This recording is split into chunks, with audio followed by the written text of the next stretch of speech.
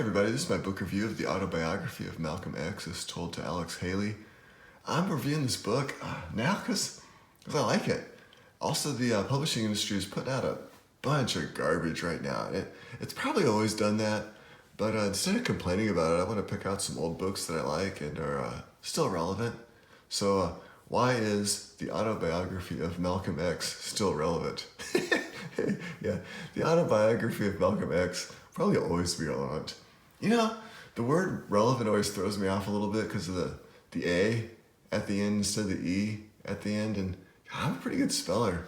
All right, there are a lot of books out right now, and there are a lot of books that will probably be coming out for a long time, where the authors are going to try to make a ton of money off of current events or current social issues. And most of those authors, in my opinion, and the politicians involved, I'm talking about the authors, the politicians that are involved in these issues, all sides, all races, all genders. In my opinion, they're grifters and con artists. And now I'm not saying that any particular politician or political author is a grifter or con artist. I'm saying the vast majority. And if you get mad at me for pointing that out or saying that, you've probably been conned by a grifter, which is okay because I've been conned too, and it's not fun when you realize it, but you're better off in the long run when you do. All right, back to the book. One reason I like this book a lot is because I don't think Malcolm X was a grifter or a con artist. Now, he might have started off that way, but from what I've seen, from what I've read, I don't think he ended up as a grifter. And I think if he had truly been a grifter or a con artist at the end of his life, he probably wouldn't have been murdered. But that's just my opinion. And it's based on the information that I have at this time. Now, having said that, I like this book. I originally read it in college in the late 1980s. I liked it then. I reread it a few months ago, and I still liked it, which is rare. Most of the stuff I read in college in the 1980s upon further review was jargon and questionable of logic. But this book, The Autobiography of Malcolm X, holds up. It's never boring. Even if the author, Alex Haley, has been accused of plagiarism, not for this book, for other books. Not this one. I mean, this one is as told to. How do you plagiarize when your subject is talking to you? Okay, even with his other plagiarism issues, if they're true, I still enjoy reading this book as a very high rereadability. Also, if you like the movie from the 1990s, the one with Denzel Washington, this book's even better. I mean, the movie's good. The director kind of got in the way, but it's still good. Now, Denzel's great. Now, a lot of people disagree with me about how the director got in the... Okay, I'm not going to get into that. This is a book review, not a movie review. The book is great. I like it. I don't like this particular copy because you can tell it came out after the movie. I prefer pre-movie copies of famous books, like the copy I had in college. Now, that was a good copy.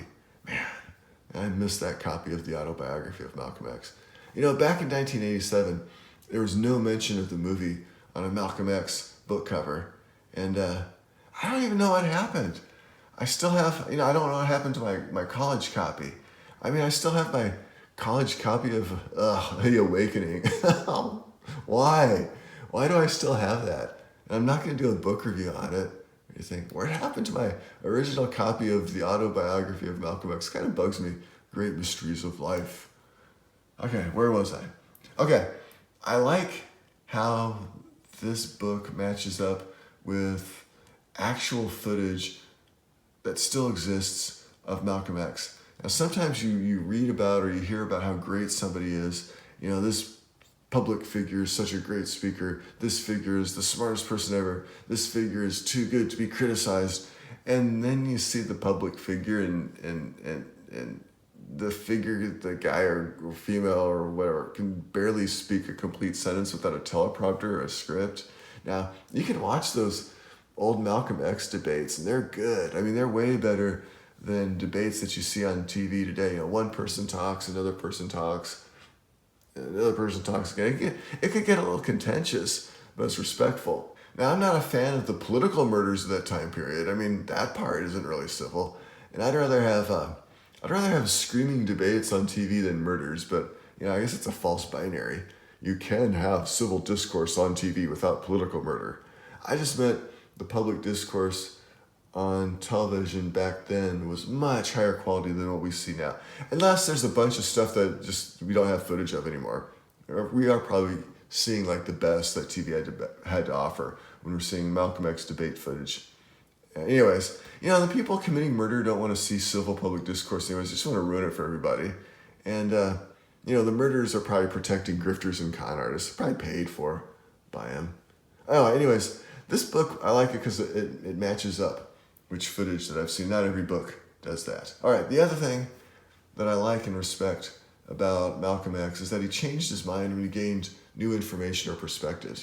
That's the problem with most people involved in politics or political movements. Once they have an opinion or a cause or a public figure they like, they stick with that cause or opinion or public figure no matter what. They double down, they triple down, and they get really hateful when their ideas are threatened. Now, Malcolm X, as he gained information and perspective, he changed his mind on some stuff, and then he paid the price for it. Now, I respect that. It's tough to go through those I want to say transitions. I don't know if that's the right word. It's tough to go through when you change your mind. When I realized that some of the causes that I believed in early in my life were based on lies, that kind of sucked. It's not easy.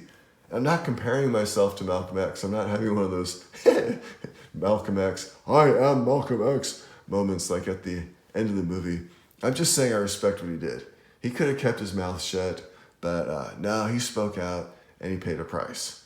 So that's why I give the Autobiography of Malcolm X a very, very favorable review. It's well written, it's never boring, it matches up with historical figures, footage, and it tells the story of a flawed man who undergoes constant change and internal conflicts.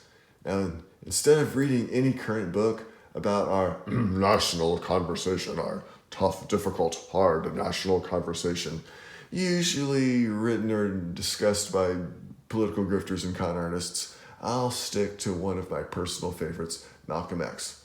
And that's it. That's my review. Leave an appropriate comment below. And if you like this video, please hit like or subscribe so they know to make more. And you can check out my blog, Dysfunctional Literacy, for my own writing. Hope you enjoy the video. Hope you enjoy the book. And thanks for watching.